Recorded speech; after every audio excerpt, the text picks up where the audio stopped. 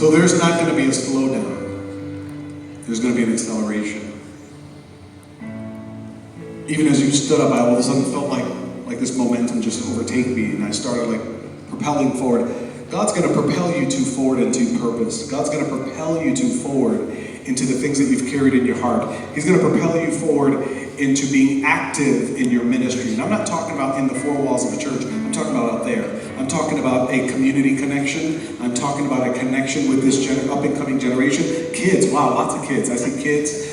There's a connection that God's going to put within you in this generation, a use, a purpose. God says, I have need of the two of you right now. So I'm going to propel and speed things up and connect you in ways where you're going to begin to move and do things that are new for you in this season. But it's part of God's overall plan.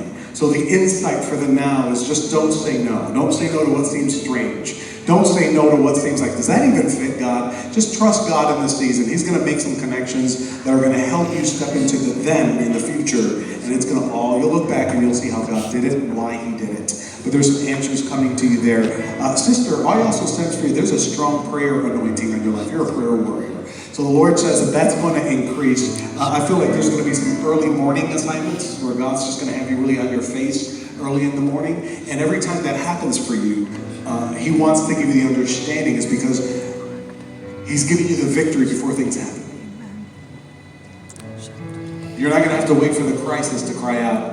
When you're up early in the morning on your face, it's because the enemy was trying something you wanted even before it happened.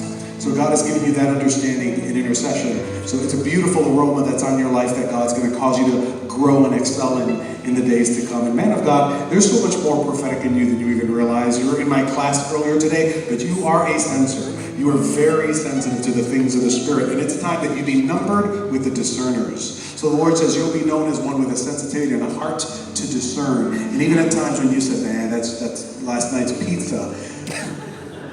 Okay? God says, I'm going to give you new vocabulary to begin to understand the gift that's strong in you.